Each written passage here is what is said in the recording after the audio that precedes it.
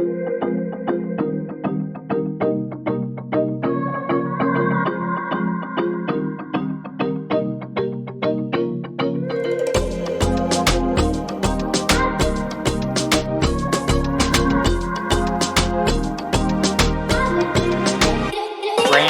just last year weren't putting any focus on direct-to-consumer marketing. Well, now, as COVID has changed the retail foot traffic across all industries, cannabis consumers are using online menus and picking up products curbside. You don't have the same reliability of putting all of your eggs in the bud tender basket to educate consumers on the value of your products or the differentiating factors of the products on the shelf.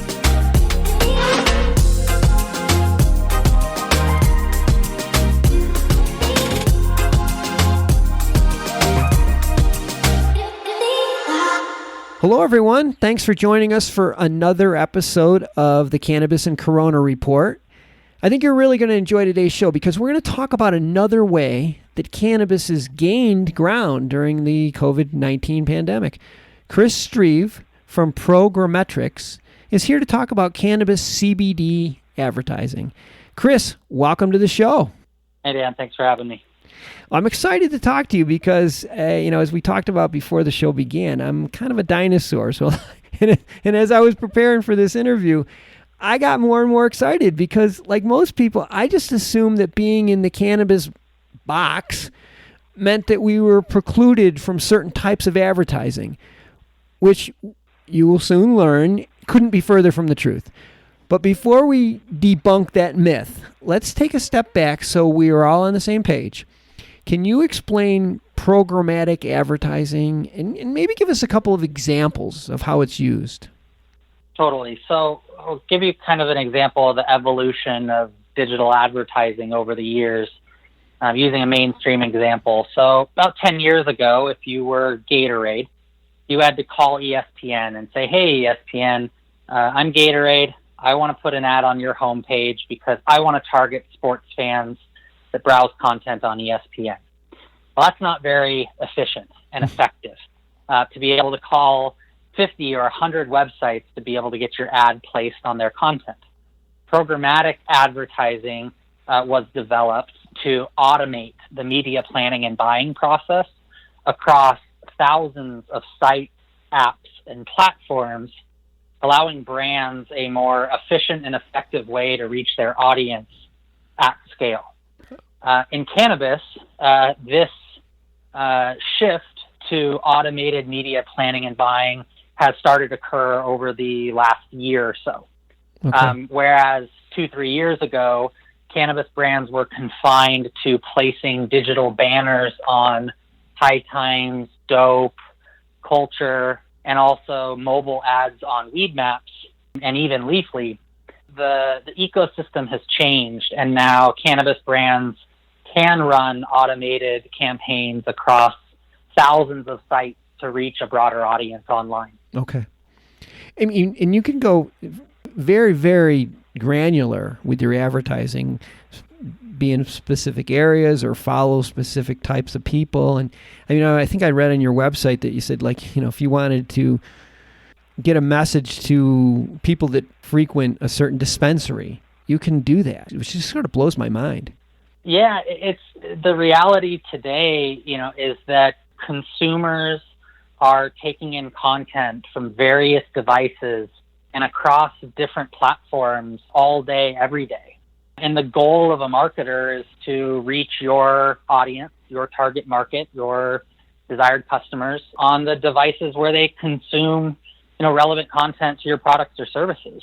The reality for cannabis brands is that the cannabis consumer is evolving. A cannabis consumer does not just live their daily digital lives on cannabis and pot blogs. Mm-hmm. They are moms with kids who read cooking content and lifestyle magazines. They're athletes who use cannabis and CBD as a wellness product. And so it's important for cannabis brands to understand that their audience than just the household cannabis publications that we we know and love and frequent as cannabis business owners on a daily, weekly basis, but the digital ecosystem is much broader. Yeah. And we need technology to grant us access to those types of consumers and users and to target known cannabis customers wherever they live their digital lives. Just give our listeners kind of a perspective on, the rest of the world. Let's a non-cannabis industry. Like in 2019, what percentage of non-cannabis companies' annual budget was spent on programmatic advertising? So a bit more broadly, in 2019, digital advertising, so all forms of digital, surpassed traditional advertising. Whoa. So TV, radio, it was the first year, 2019, that digital surpassed traditional. You have a lot of radio advertisements that are shifting to digital audio, Pandoras and Spotify's of the world. You have a lot of TV advertising that's transitioning from regular broadcast to streaming TV devices like Hulu. And obviously, with the continued increase in usage of our mobile devices, digital advertising spend for the mainstream plans to be about 75% of the overall market by 2023. So when you think about the discrepancy in cannabis, and to all the cannabis business owners out there, maybe looking at your marketing budget and saying, oh gosh, I'm spending 5 or 10% of my total budget on digital, when the rest of the CPG and retail and e-commerce world is generally spending upwards of 50-60% of their total budget on digital advertising spend. That's crazy. That is crazy that we're so far behind. I suspect it has a lot to do with Google and Facebook not allowing cannabis ads. And I'm assuming that, because we didn't feel like there were other options, cannabis companies didn't feel like there were other options. They just didn't even try. And then bam, COVID hits. How did COVID-related changes force cannabis businesses to start re-exploring or recreating their marketing tactics? It's a great question, and it's a very interesting kind of situation that we're finding ourselves in, supporting various cannabis brands and cannabis retailers across the country. I'd say 6 months ago, the answer that we would get, start with brands in particular, products on shelves.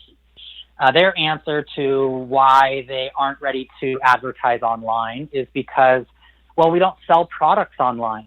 And so we have to rely on bud tenders, and we have to rely on retail education to be able to sell our products, because we can't sell direct to consumer. Brands just last year weren't putting any focus on direct to consumer marketing. Well, now, as COVID has changed the retail foot traffic across all industries, cannabis consumers are using online menus and picking up products curbside. All right. You don't have the same reliability of putting all of your eggs in the bud tender basket to educate consumers on the value of your products or the differentiating factors of the products on the shelves. Similarly, retailers about 6 months ago, many of them had an online menu just to keep up with the Joneses, right? To say that you have an online menu, but they never really marketed the online menu or thought that that was a scalable way to increase their business. Mm-hmm. Well, the retail stores that have doubled down on online menu usage and curbside pickup during COVID have been able to gain market share. I know it for a fact. Wow. And the retail brands that didn't have an online menu or a digital ecosystem by which they could connect with customers, they're running to the Dutchies of the world right now to make sure that they can digitize their business for those customers that may be a little wary of coming into the stores. Man, isn't it crazy? Like, that was an unintended consequence. Nobody would have expected cannabis businesses to transition their marketing just because of this crisis. I'm comfortable buying radio and TV and billboards and magazines, but I gotta admit, when I look at your website and I see all the advertising options like display, mobile, video, digital, connect TV, social, native, I get overwhelmed. I mean, there's just so much. How do you help cannabis brands design an effective campaign, incorporating all these new channels and still getting them approved on all the channels? Yeah, it's difficult. The digital landscape changes every week, it seems like. I think the important thing for cannabis brands to realize and recognize is that you don't have to be engaging with your customers every single minute of the day on every device and spend a ton of money across all of those different channels that you mentioned. Okay. It's important to know who is your audience. What are the demographics? Looking at Google Analytics of your website to understand a bit more about who are my consumers, what do they look like, where are they coming from? And then matching those audience personas or those target audiences with the appropriate channels online. As an example, if you have a younger audience, you may skew more of your advertising dollars towards mobile or connected TV for the cord cutters out there or the millennials that are our younger target audience. You also may decide that you want to focus more on traditional desktop, laptop advertising and targeting an older demographic.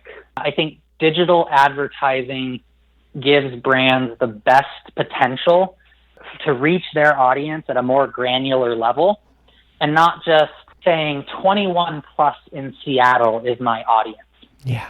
No, it's 21 plus with a high household income, skewing 70% male and 30% female on specific sites, on specific devices at certain times during the day.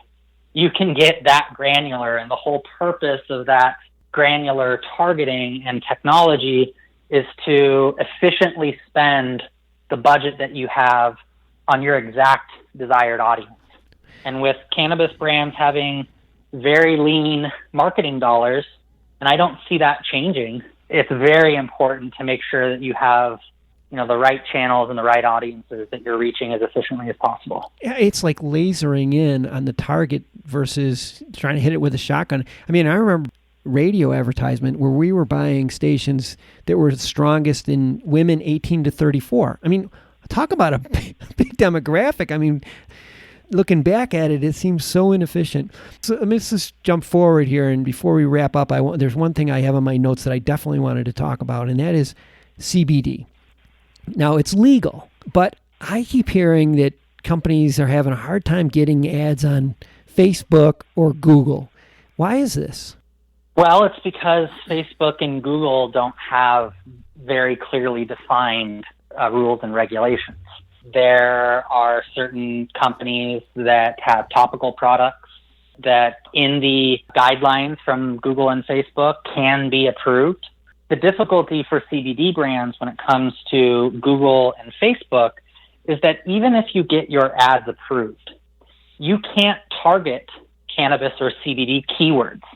You can't target cannabis or CBD shoppers or consumers. You can barely even put CBD in the content or in the copy of your ads. Whoa. One of the examples that I use is, what if Nike couldn't show pictures of their shoes and in their messaging they said, buy foot coverings now? That's kind of what CBD brands are facing when trying to advertise on Facebook and Google because of all of the restrictions. Now, CBD, as it relates to COVID, is really interesting as well because a lot of CBD brands put all of their eggs in retail distribution. That's not a great business model right now. So many CBD brands are focusing now on building out their e-commerce platforms and selling direct to consumers.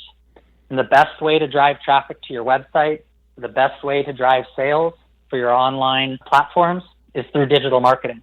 Yeah. So that same shift in focus to digital is occurring in CBD as well. And to add to that, they can also track their sales and track the effectiveness of their campaigns because they're actually able to make sales online. So that would be a huge benefit.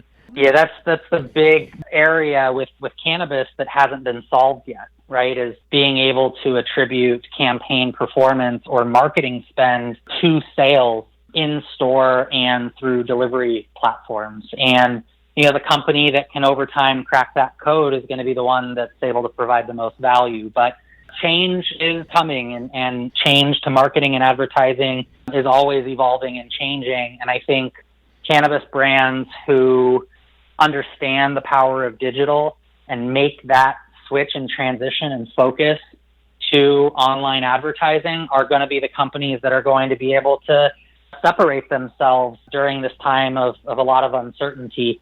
That would be my number one recommendation, is to take a look at all of the aspects of your business and understand how to transform different portions of your business to be more digitally accepted and digital forward.